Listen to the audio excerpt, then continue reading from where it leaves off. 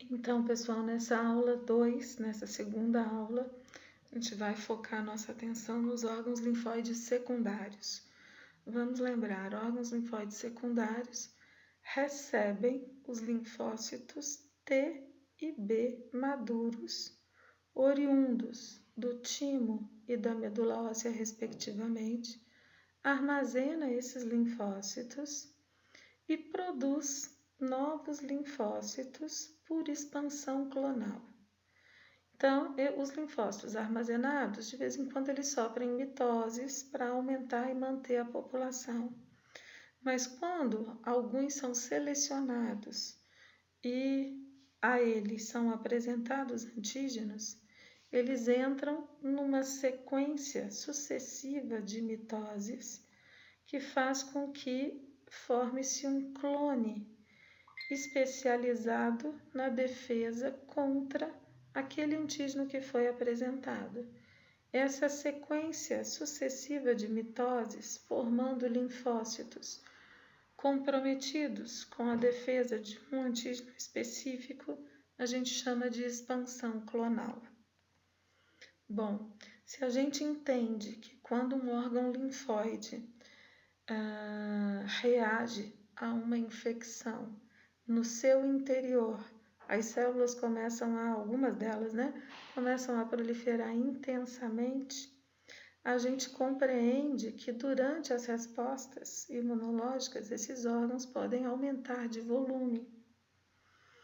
E se a gente imaginar que alguns desses órgãos estão localizados em região de articulação, a gente entende, ou a gente consegue entender que, aumentando de tamanho, durante a movimentação local, esses órgãos podem sofrer compressão e, em resultado a essa compressão, acabarem inflamando. É o que acontece com a íngua, que é a inflamação dos linfonodos em regiões articulares. Pode ser em linfonodos cervicais, axilares ou inguinais. É também o que acontece com as tonsilas palatinas. Então, se as tonsilas estão respondendo intensamente a algum antígeno, elas vão aumentar de tamanho e, ao falar, ao engolir, a pessoa acaba comprimindo, a musculatura da faringe acaba comprimindo as tonsilas e elas inflamam, gerando dor. É por esse motivo também que muitas vezes, durante uma anamnese, o médico apalpa o baço para perceber se o volume e a densidade estão alterados. Então, a gente vai iniciar o estudo dos órgãos linfóides secundários aprendendo a organização morfológica e funcional dos linfonodos. Então, pessoal, antes da gente começar a estudar a histofisiologia dos linfonodos, vamos lembrar que esses órgãos são pequenos órgãos localizados ao longo da circulação linfática. Então, a gente precisa lembrar que existe um esquema de circulação de água no nosso organismo. A gente ingere água, essa água é absorvida pelo intestino e drena para os capilares linfáticos e sanguíneos intestinais. Bom, dos vasos sanguíneos, elas acabam retornando ao coração, ao átrio direito, através da veia cava. Mas a água que drena pelo sistema linfático vai também atingir o mesmo local, porém vai passar antes por vários vasos linfáticos que atravessam uma sequência de linfonodos até chegar na veia cava através do ducto torácico.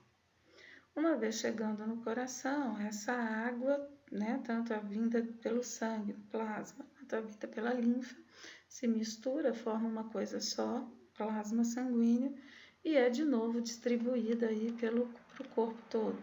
Primeiramente pela pequena circulação, passando nos pulmões, retornando ao lado esquerdo do coração e depois sendo distribuído pelo corpo inteiro. Então, o sangue, quando passa nos capilares de qualquer lugar do nosso corpo, ele perde solutos e perde água para os tecidos conjuntivos vizinhos. Essa água que sai do plasma e entra no tecido conjuntivo vai fazer parte da substância fundamental amorfa desses tecidos conjuntivos. E os tecidos conjuntivos comuns, além dos capilares sanguíneos, eles têm também pequenos vasinhos que se iniciam nos tecidos conjuntivos, são os capilares linfáticos. Então, a água que chega no tecido conjuntivo de qualquer parte do corpo, ela acaba empurrando a água que estava fazendo parte da substância fundamental amorfa em direção a esses capilares linfáticos.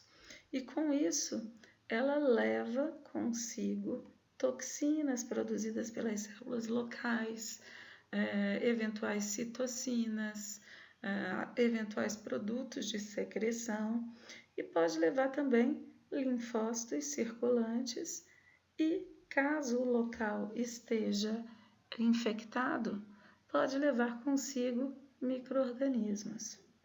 Então pensa bem, às vezes você tem uma infecção pequena em algum lugar pequeno, específico, localizado do seu corpo, e esses micro-organismos que estão infectando esse local têm a chance de, através da circulação linfática, acabar chegando ao sangue, né? Através lá da ligação do ducto torácico com a veia cava, e esse micro-organismo ser lançado na corrente sanguínea, podendo então se dispersar pelo corpo inteiro.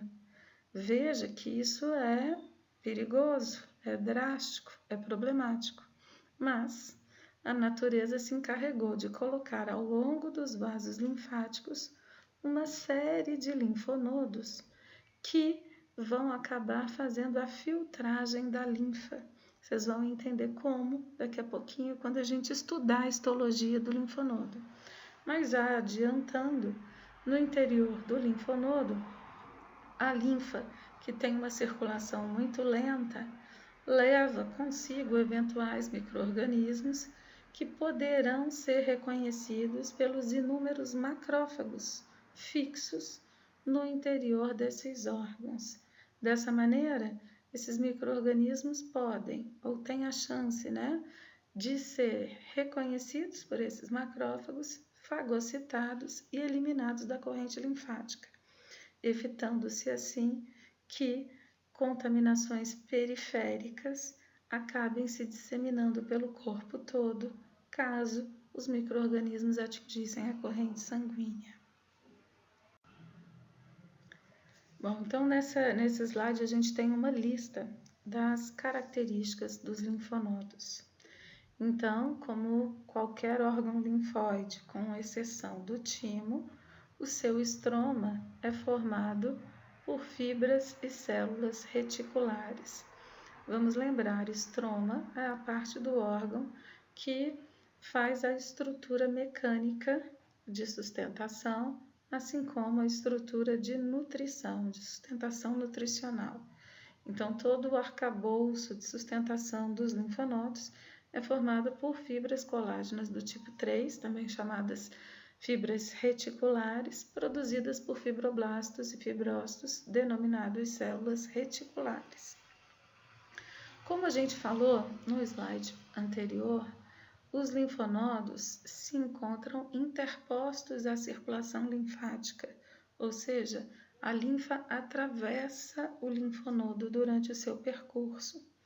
E, como no interior do linfonodo, vocês vão ver daqui a pouquinho, existem vários macrófagos fixos no caminho por onde a linfa passa, se eventualmente houver um micro-organismo, esses micro-organismos têm grande chance de serem reconhecidos, fagocitados e destruídos.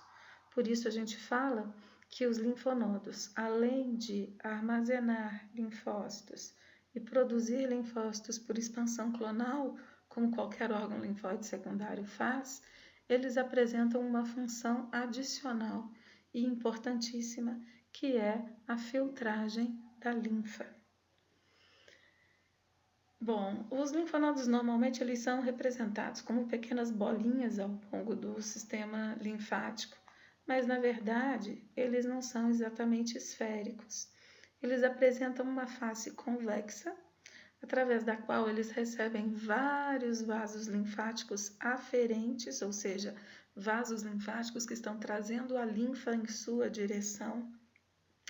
E a face oposta a essa face convexa tem um formato côncavo.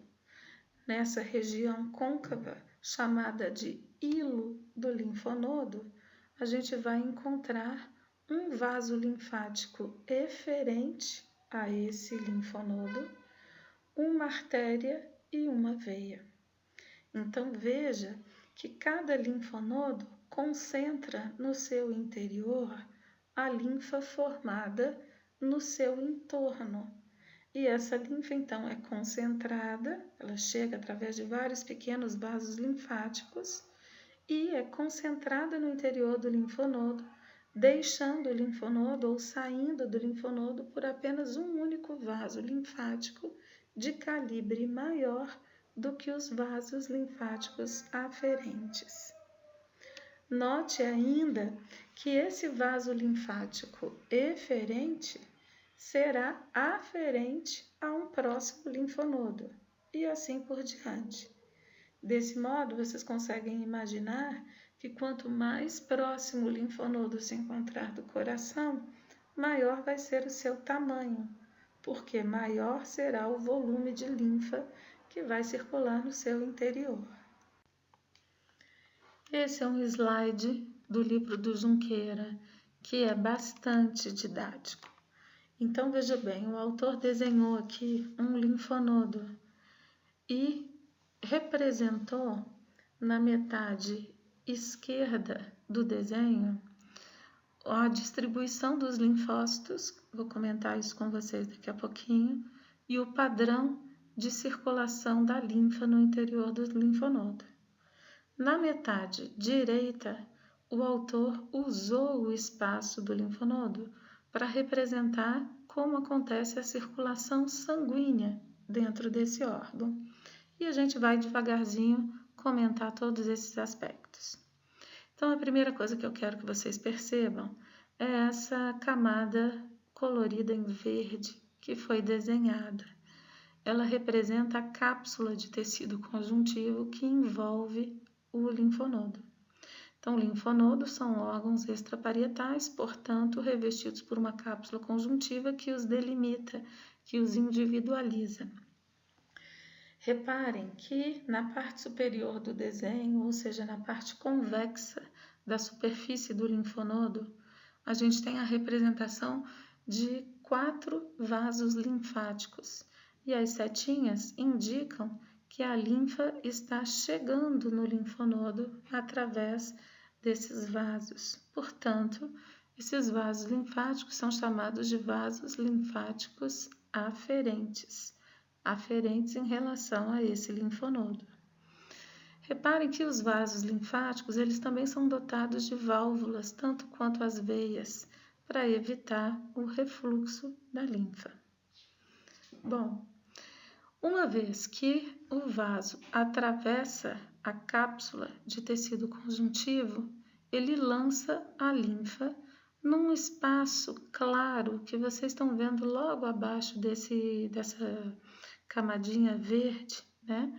Esse espaço clarinho é um espaço de baixíssima densidade celular.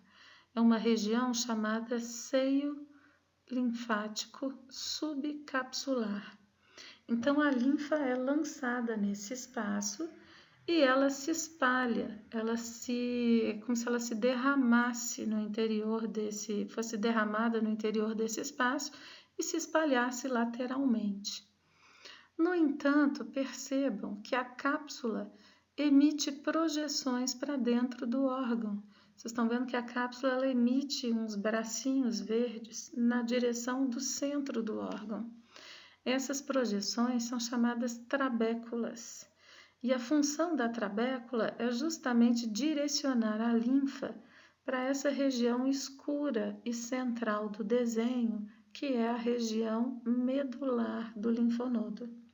Então, vocês podem observar que aquele seio subcapsular, ou seja, aquela região clarinha de baixa densidade celular, ela se continua no entorno da trabécula.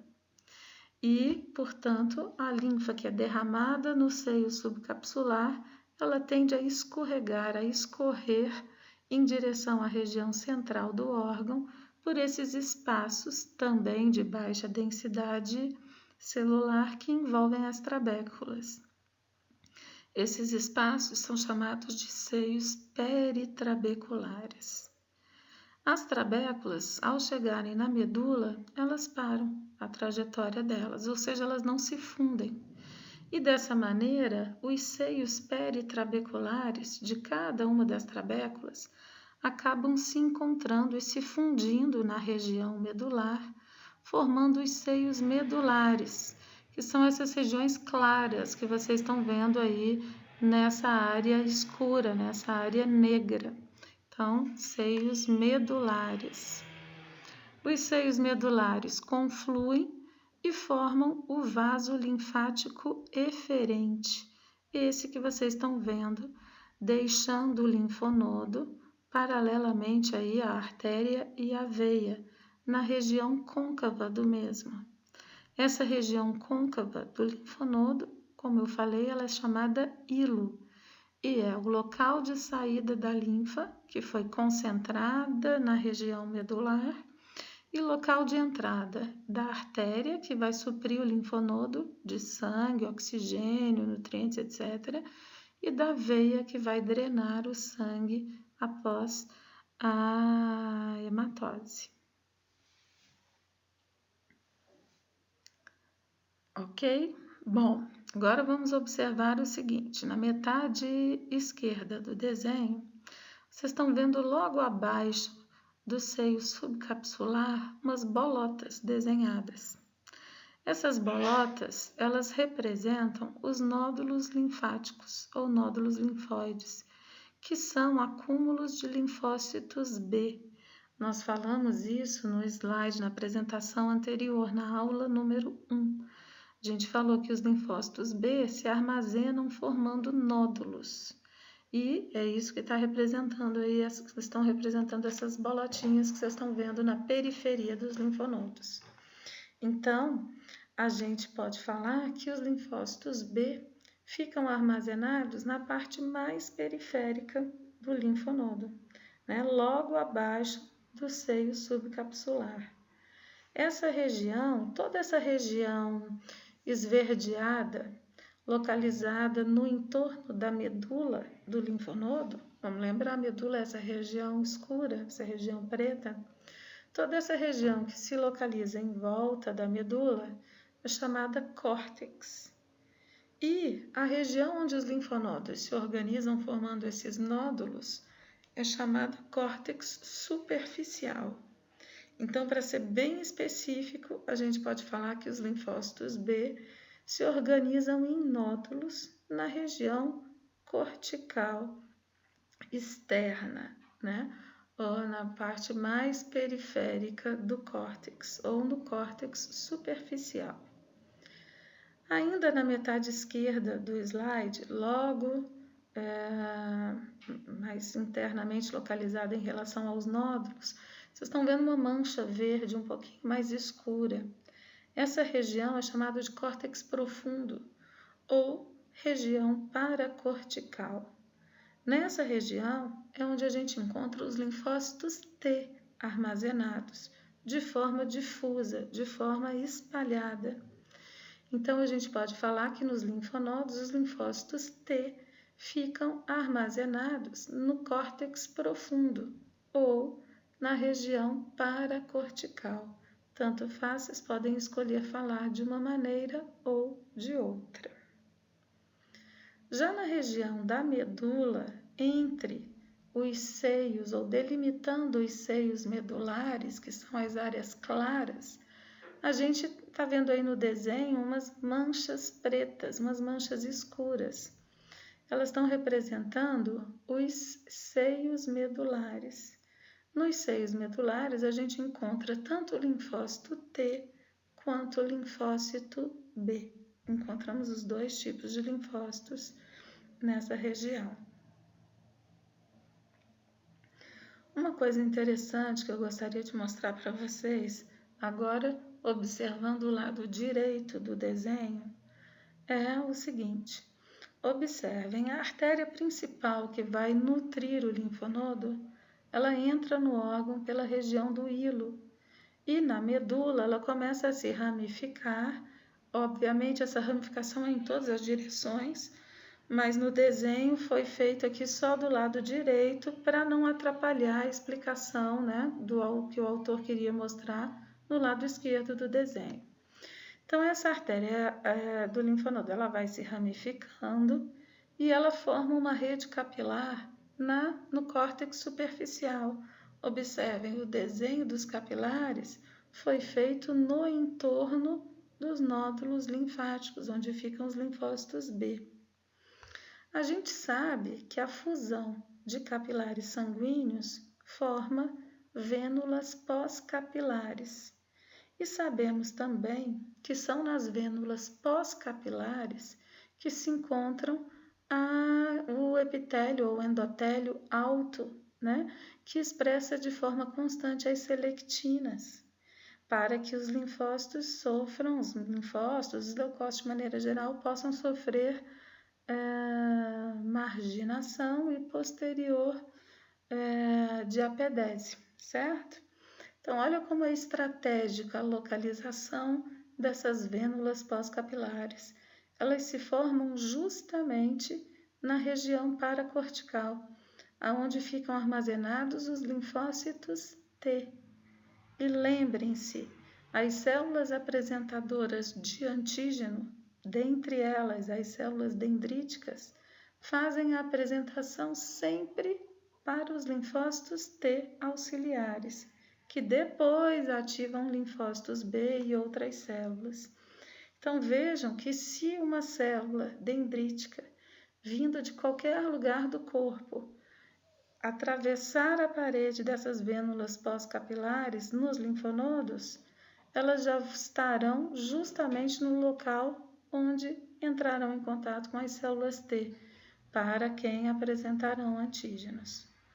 Essas vênulas pós-capilares, elas vão se fundindo umas com as outras, então as vênulazinhas vão ficando maiores à medida que elas vão adentrando a medula, se fundem até formar uma veia única e principal que atravessa a cápsula na região do hilo e leva o sangue, drena o sangue aí do linfonodo.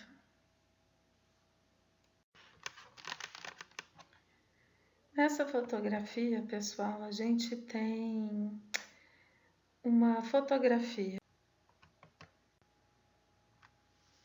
Nesse slide, então, pessoal, o que a gente observa? A gente observa um aumento em 400 vezes da região periférica do linfonodo, mostrando a cápsula, o seio subcapsular e logo depois, na parte inferior do slide, esse é outro slide que mostra também um seio subcapsular. Então, vocês estão observando a cápsula de tecido conjuntivo denso na parte superior da fotografia, o seio subcapsular, esse espaço de baixa densidade celular. Aqui eu acho que dá para ver melhor as fibras reticulares atravessando o espaço. São essas fibras bem fininhas, quase cinza, atravessando aí verticalmente o seio subcapsular. Dá para a gente perceber alguns macrófagos, o autor representou aí, indicou com a letra M, linfócitos circulantes, que ele indicou com a letra L, e o endotélio, que ele está mostrando para a gente aqui nesse slide, uma célula endotelial, indicada com a letra E. Mas se vocês observarem, na beiradinha aí do seio subcapsular, tanto na parte superior quanto na inferior, vocês vão achar outros núcleos achatadinhos de células endoteliais.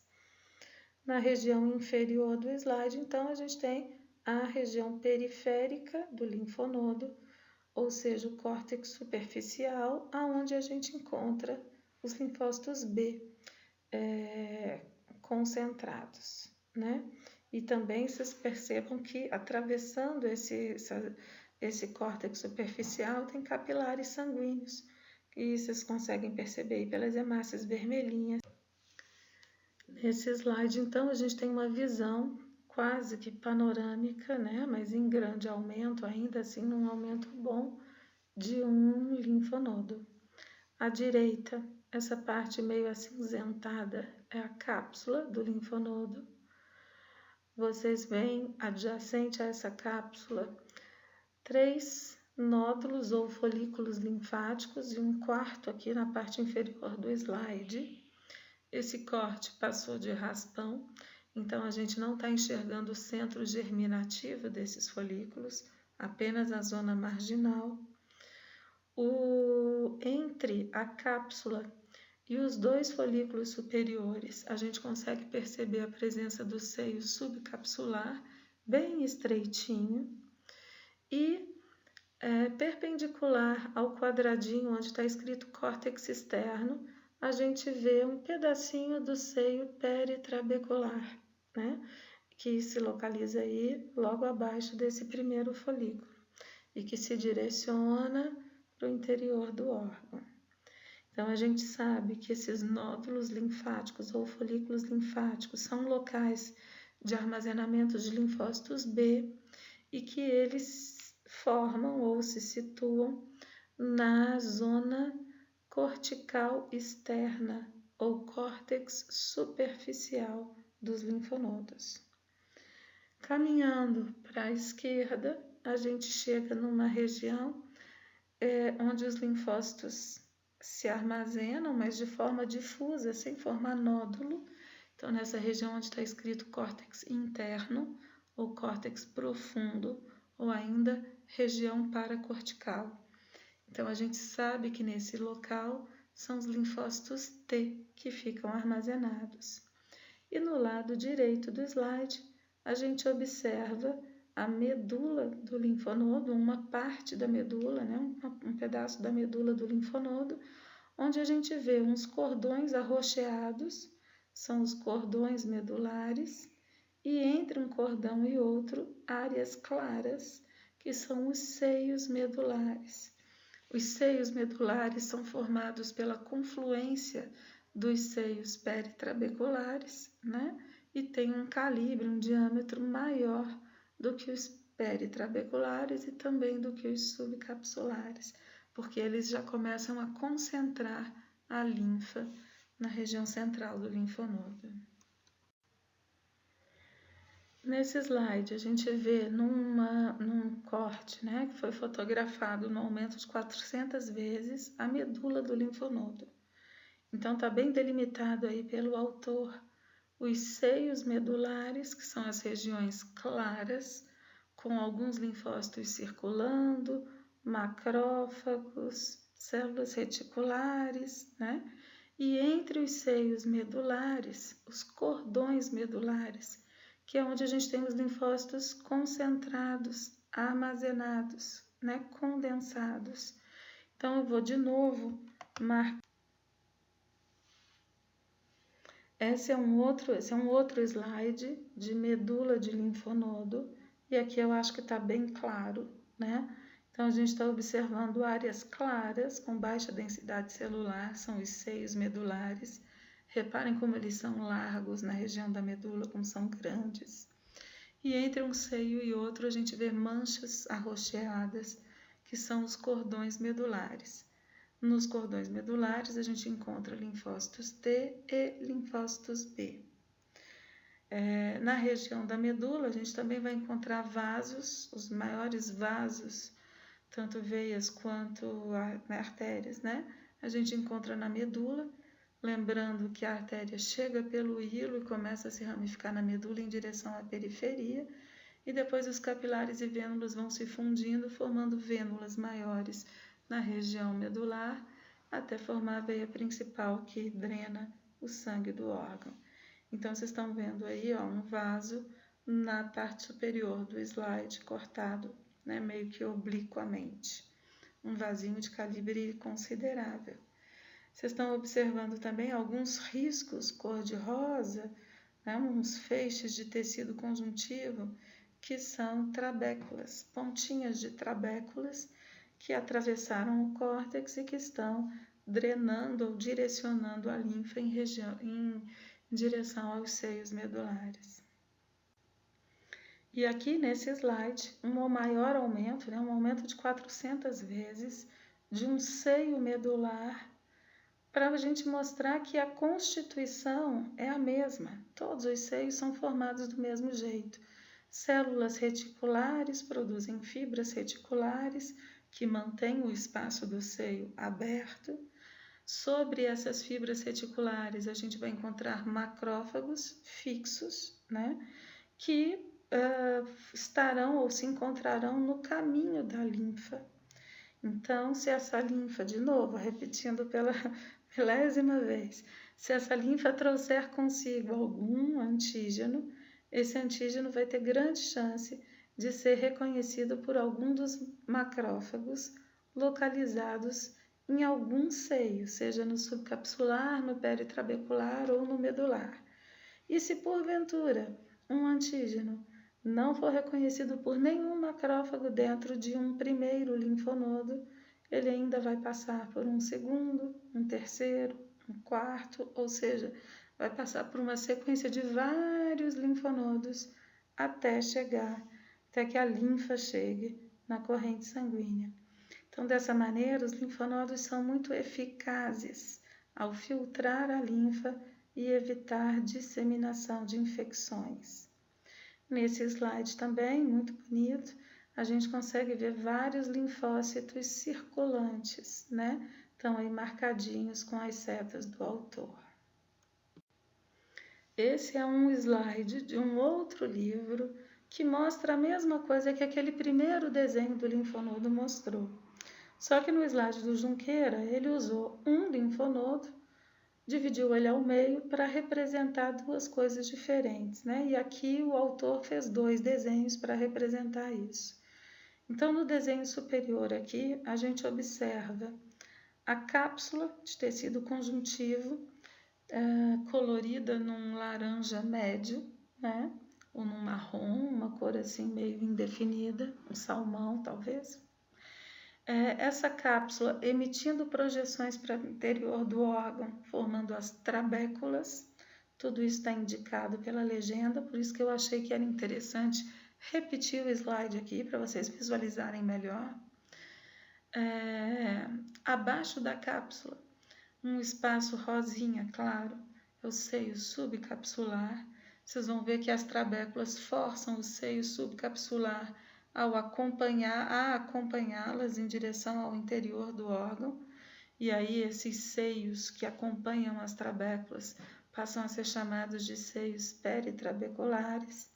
Esses seios peritrabeculares se anastomosam na região medular, formando os seios medulares, e esses seios se fundem, formando um único vaso linfático eferente que atravessa a cápsula do órgão na região do hilo. Observem na região convexa, na região superior, vários vasinhos linfáticos aferentes desenhados. A parte laranja do slide mostra aí a dispersão e a distribuição dos linfócitos. Então, os nódulos ou folículos linfáticos ou linfóides organizados logo abaixo do seio subcapsular, na córtex superficial ou região cortical externa.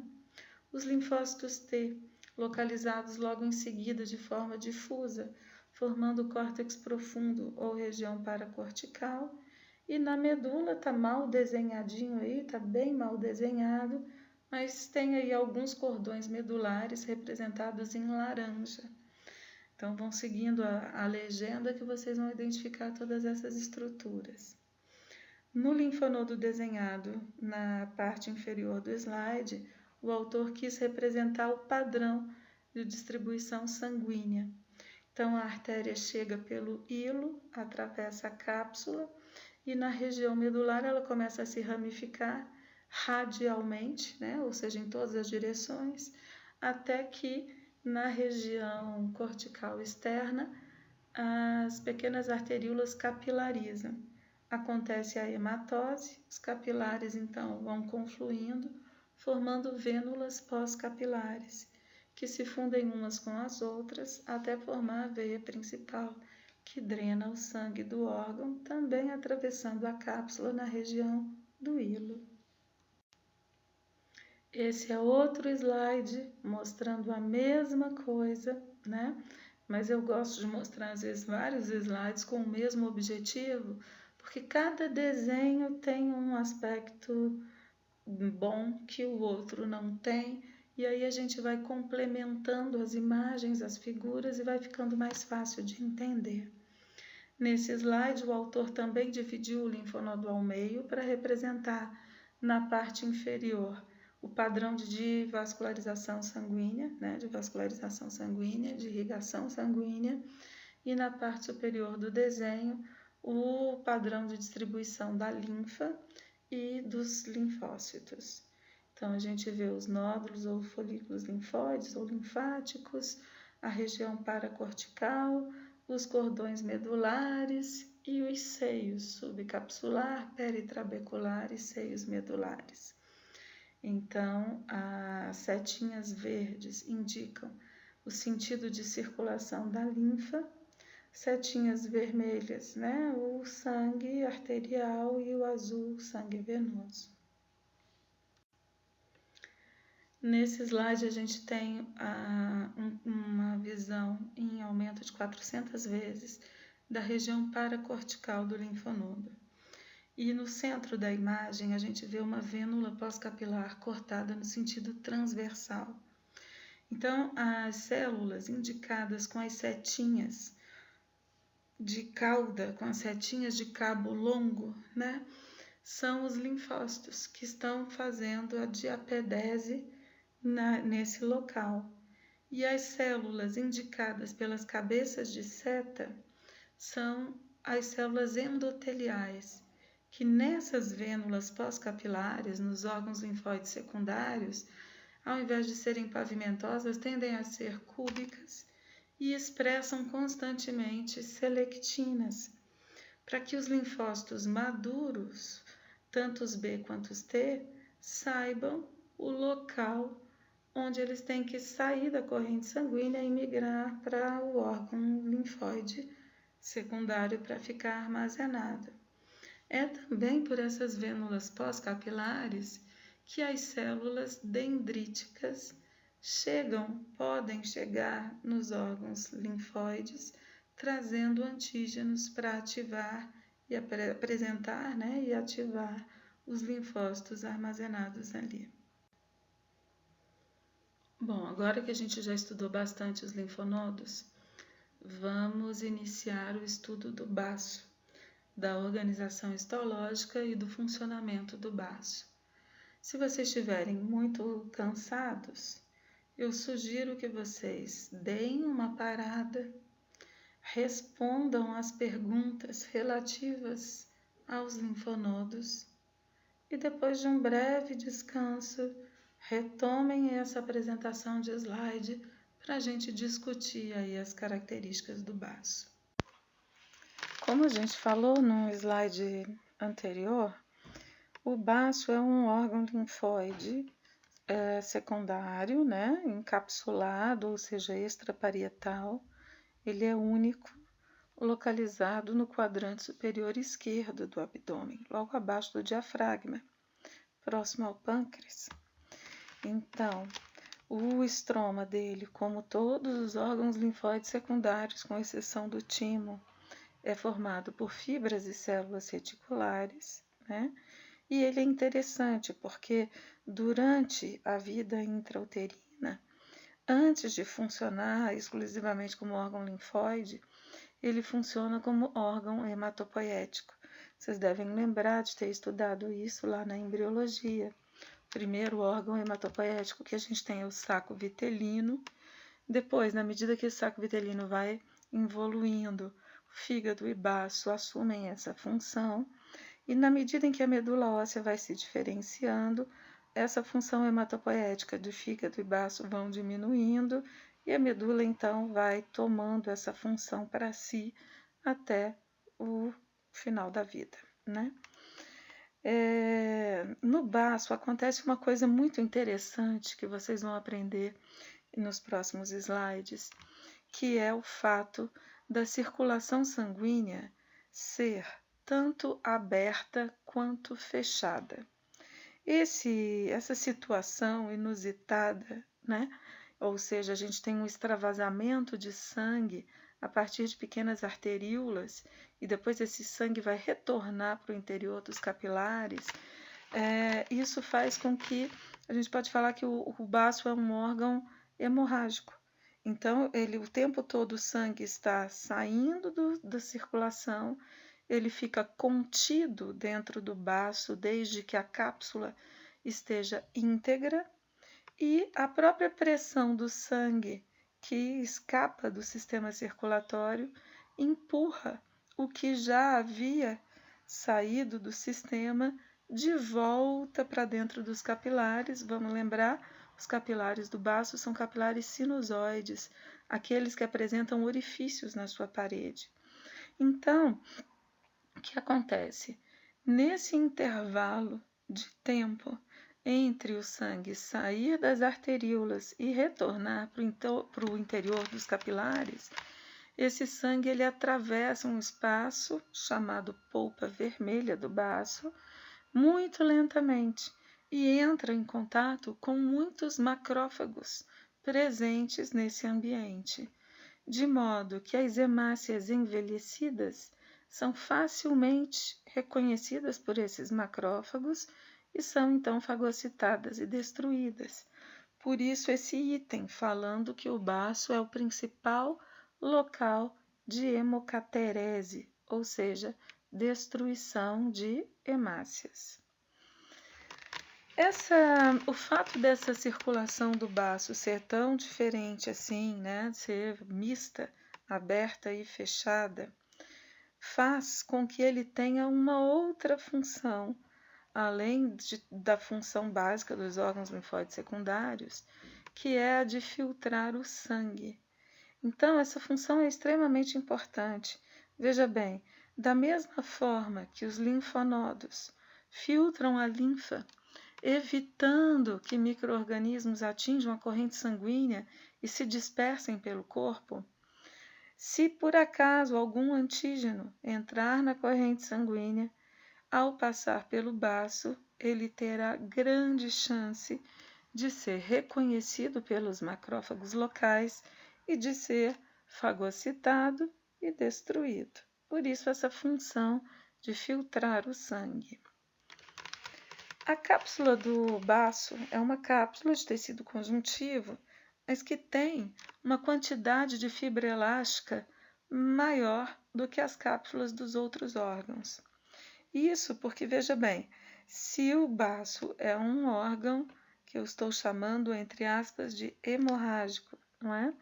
Ele tem que ter uma certa capacidade de distensão para conter o volume de sangue extravasado da corrente sanguínea e temporariamente acumulado no seu interior.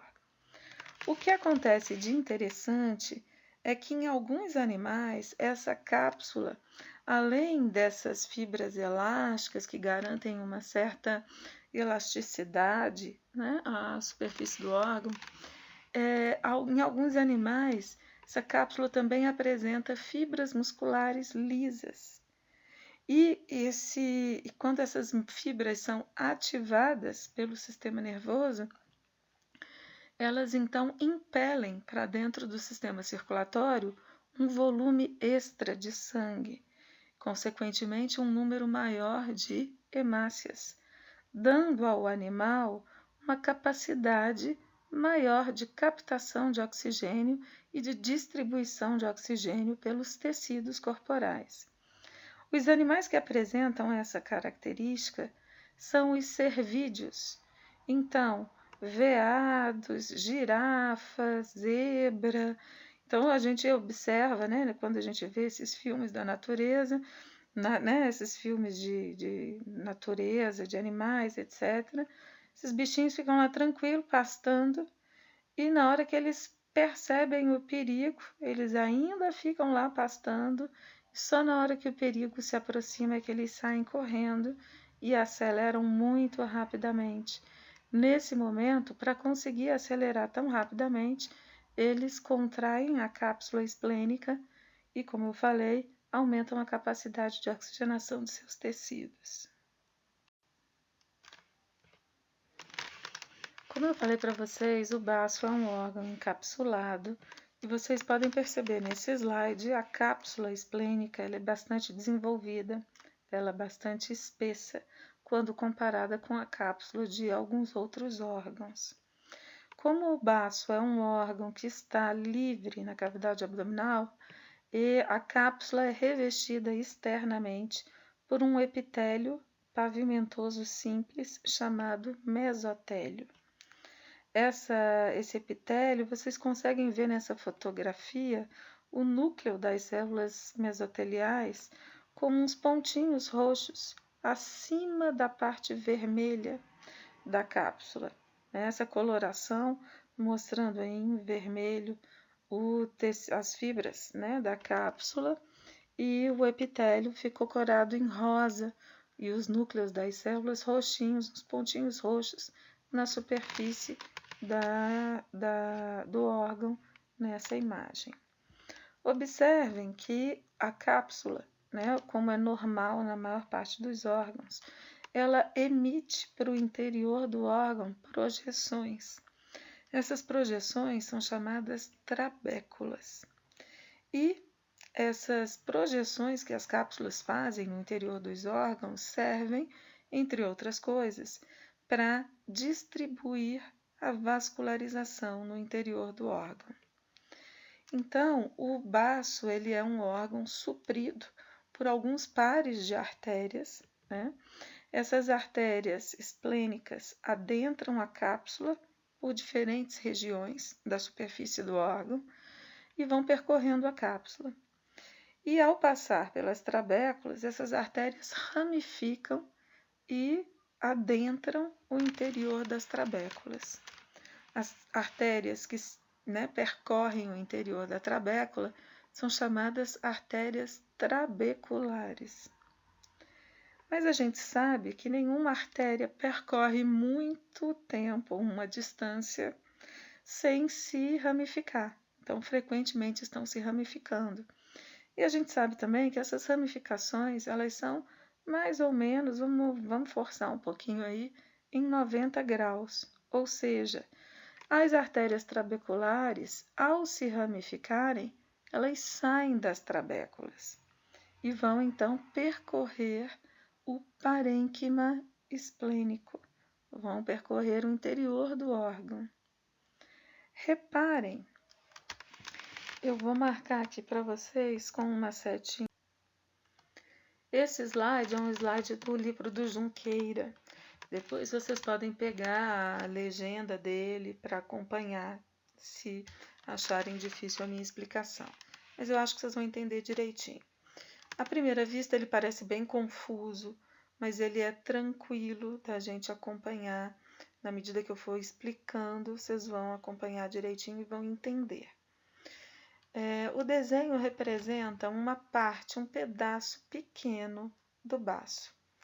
Vamos imaginar que passando por baixo do desenho, aonde eu coloquei esses nomes, artéria trabecular, seios da zona marginal, circulação aberta, vamos imaginar que nessa região passasse um pedacinho da cápsula do baço. Então, a gente sabe que a cápsula emite projeção para dentro do órgão e que essas projeções são chamadas de trabéculas. Então, observem no canto esquerdo do slide, tem a indicação da artéria trabecular, em vermelhinho. Em volta, essa parte cinza que vocês estão vendo, envolvendo a artéria trabecular, é o tecido conjuntivo da trabécula, que é, como a gente já sabe, uma projeção da cápsula. Então, vamos repetir. O baço recebe várias artérias esplênicas que chegam na sua cápsula por diversos pontos. Essas trabéculas adentram a cápsula, passam a percorrê-la e na medida em que a cápsula emite trabéculas para o interior do baço, as artérias ramificam e adentram essa trabécula, sendo chamadas de artérias trabeculares. Bom, então vamos acompanhar essa artéria trabecular. O desenho está mostrando para a gente que ela se ramifica, fez uma ramificação à direita e que está sendo indicada aí como artéria central. Percebam como que o autor desenhou no entorno da artéria central uma mancha meio amarronzada. Então, ele desenhou uma mancha meio amarronzada no entorno da artéria central. Essa mancha é a bainha de linfócitos T, chamada bainha linfocitária periarteriolar. Ela está indicada na parte superior do slide, lá no meio, parte branca lá de cima, vocês vão ver o nome, bainha linfocitária periarteriolar. Essa bainha linfocitária, a uma certa distância da trabécula, passa também a ser revestida por linfócitos B. Então você veja que tem aí uma bolota cinza revestindo a bainha linfocitária e a arteríola ou artéria central. Então esse é um nódulo linfático formado por linfócitos B. A gente já aprendeu na primeira aula que o nódulo linfático ele tem uma região mais clarinha chamada de centro germinativo, que é onde os linfócitos B proliferam. E a área mais densa de linfócitos no entorno do centro germinativo é chamada de zona marginal do nódulo. Bom, o que nos interessa aqui nesse slide é acompanhar o esquema de vascularização. Então, a gente percebe que a artéria central, à medida que ela vai se distanciando da trabécula, ela vai se ramificando. Logicamente, ramificações mais ou menos em 90 graus. Essas ramificações das artérias, da artéria central, né, das várias artérias centrais que se formam, são chamadas de artérias penicilares ou artérias peniciladas, tanto faz, penicilada ou penicilar, pode chamar das duas maneiras. Essas artérias elas já têm um diâmetro, um calibre pequeno, então, na verdade, são arteríolas penicilares e peniciladas. Essas arteríolas, né, elas capilarizam, formando os capilares sinusoides. Estão marcadinhos aí em S, né? E capilarizam formando também os seios da zona marginal, que são capilares, também da mesma forma. Mas se vocês acompanharem a artéria central, depois que ela sai no desenho do nódulo linfático, vocês vão ver que algumas ramificações são contínuas com os capilares sinusoides na parte superior da artéria central, mas as que o autor desenhou ramificando para a porção inferior do slide, vocês estão vendo que elas terminam de repente, não tem capilar continuando elas. Isso acontece de fato, não organizadinho desse jeito, né? De um lado sempre capilariza, do outro não capilariza. Não, é alternado. Mas o fato é que algumas arteríolas peniciladas ou penicilares vão formar sinusoides e outras não, vão terminar abruptamente, deixando o sangue que passa por elas sair do sistema circulatório, extravasar por entre o material, as células que formam o estroma do baço, o estroma e o parênquima do baço. Então, toda essa área cinza clarinha que vocês estão vendo aí no slide, quase um azul claro, é o que a gente chama de polpa vermelha, porque a gente vai encontrar sangue acumulado aí, sangue que extravasou a partir das arteríolas penicilares e que vão acabar retornando para dentro dos capilares sinusoides considerando que a parede deles é cheia de orifícios, como a gente já estudou. Então, o sangue ele sai, se acumula temporariamente na polpa vermelha, mas como sempre tem sangue saindo e chegando na polpa vermelha, aquele que estava ocupando esse espaço acaba sendo empurrado para onde der. E para onde que dá para empurrar, já que a cápsula tem um limite de distensibilidade ou de distensão? Para onde que dá para empurrar esse sangue é de volta para o interior do sistema circulatório. Então, ele retorna para dentro dos capilares sinusoides que se fundem, formando as vênulas da polpa vermelha, que depois adentram as trabéculas, passando a ser chamadas de veias trabeculares, e saem através da cápsula, formando as veias esplênicas. Então, vocês podem ver aí no quadrante inferior direito, vocês podem ver os capilares sinusoides. Essa é uma fotografia muito bonita, feita no microscópio eletrônico de varredura, que ajuda a gente a entender um pouco isso. Então, vocês estão vendo aí, atravessando mais ou menos a parte média do slide, um capilar sinusoide. A parede dele foi cortada ao meio, então a gente está enxergando dentro do capilar sinusoide. E vocês podem observar, a parede dele é meio cinza, quase branquinha, e vocês podem observar vários orifícios nessa parede. E na parte superior do slide e na parte inferior do slide, a gente observa o tecido em volta do capilar sinusoide, formado por fibras reticulares bem fininhas, branquinhas, e apoiado nessas fibras reticulares, vários macrófagos. São essas células grandes, cinzas, cheias de pseudópodes, que estão aí marcadas com a letra M. Tem duas marcadas com a letra M, mas vocês podem ver várias outras apoiadas aí nas fibras reticulares.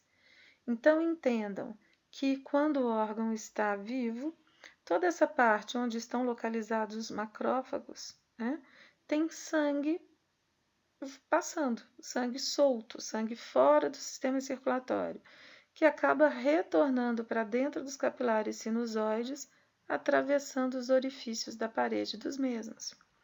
Só que, como essa circulação ela é lenta e como tem esse tantão de macrófagos na parede, né, parados assim próximos à superfície externa dos sinusoides, se houver algum antígeno circulando no sangue, ele vai ter grande chance de ser reconhecido pelo macrófago, fagocitado e destruído. Correto? Da mesma forma, se passar uma hemácia envelhecida, a mesma coisa vai acontecer. Se passar algum antígeno marcado com anticorpo, a mesma coisa vai acontecer.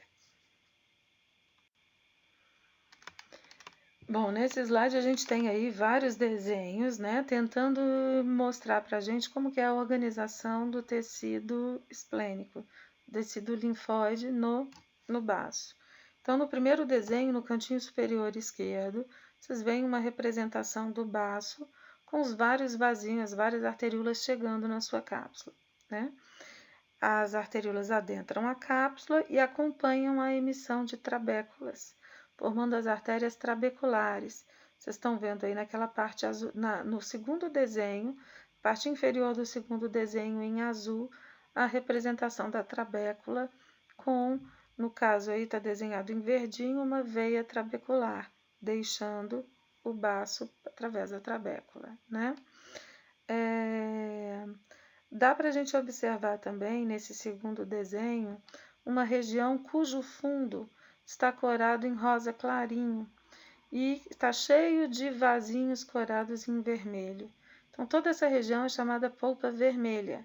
É a região onde a gente encontra o estroma reticular, as células reticulares e sangue extravasado, que retorna para o interior desses vasinhos representados em vermelho, que são os capilares sinusoides. Toda a parte roxinha desse desenho é chamado polpa branca. Então, veja bem, a gente fala que o baço tem duas regiões distintas, a polpa branca e a polpa vermelha. Mas essas duas regiões não são organizadas em camadas, como no linfonodo. Vocês lembram? Lá no linfonodo a gente tem o córtex e a medula. O córtex superficial, córtex profundo e medula. São camadas bem distintas. No baço, não.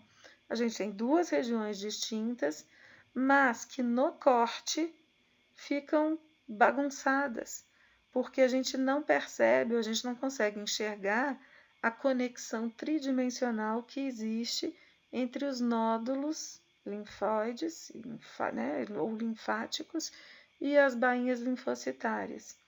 Nesse desenho, nesse segundo desenho, nesse pequeno, nesse desenho central, vocês conseguem observar 3 nódulos linfóides.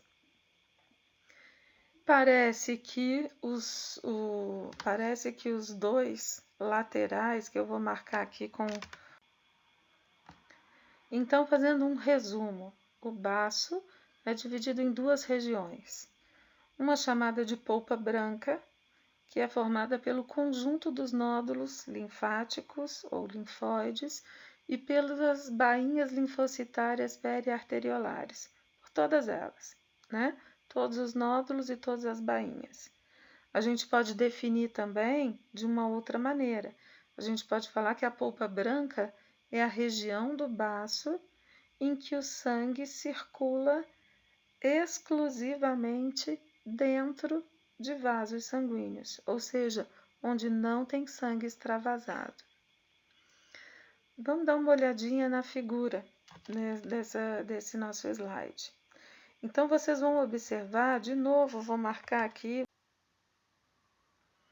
Então, pessoal, observem, essa é uma figura do baço, é uma fotografia que foi feita com um pequeno aumento, menor aumento do microscópio. Então, a gente tem uma visão panorâmica do baço.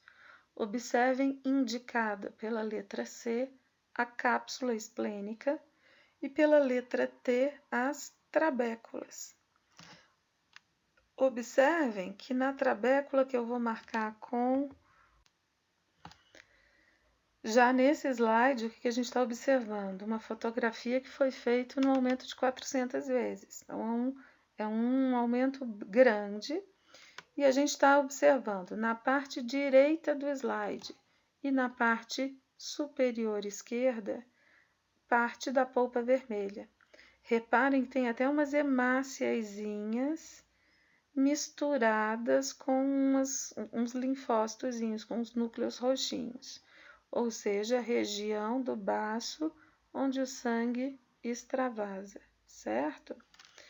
Já na região que eu vou delimitar de novo, esse slide ele é interessante também, é um aumento grande, então é a polpa vermelha do baço, num aumento bem grande, tá? Maior do que 400 vezes, inclusive.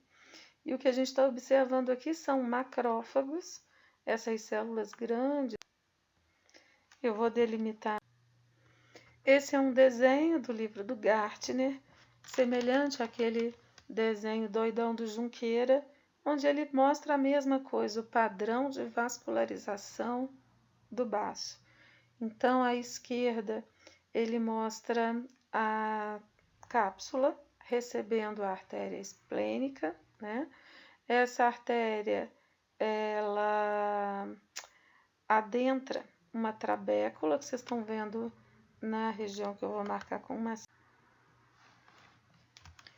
Além dos órgãos linfóides extraparietais, linfonodos e baço, a gente também tem tecido linfático associado à mucosa, ou seja, órgãos linfóides intraparietais. Acúmulos de linfócitos na mucosa de órgãos do sistema respiratório, digestório, urinário, reprodutor. Então, nos próximos slides, a gente vai dar exemplos desses órgãos linfóides intraparietais ou tecidos linfáticos associados à mucosa. Nesse primeiro slide, a gente tem a figura de uma tonsila palatina num corte sagital, corte bonito, mostrando, né, apontadinho aí pela letra E, o epitélio de revestimento da cavidade oral, que é um epitélio estratificado pavimentoso. Então, na região das tonsilas palatinas, esse epitélio invagina. Vocês podem ver aí onde eu vou marcar com a setinha vermelha. Outro órgão linfóide secundário intraparietal é o apêndice cecal. Então, a gente está vendo um corte transversal do apêndice inteiro. Essa parte central branquinha é a luz do apêndice, né? E depois a gente tem um epitélio, que é um epitélio colunar simples. O aumento é muito pequeno, a gente mal percebe ele. E a gente vê que esse epitélio invagina, formando outro exemplo de órgão linfóide intraparietal é a placa de Peyer, que acontece ou que a gente encontra no intestino delgado, na região do ilho. Então, vocês estão observando aqui as vilosidades intestinais, são características. E nesse slide, a gente tem um corte de pulmão. A gente sabe que o pulmão é atravessado pelos brônquios e bronquíolos, não é? E nesse slide, a gente vê um tecido linfóide associado à mucosa, um folículo, um nódulo linfático.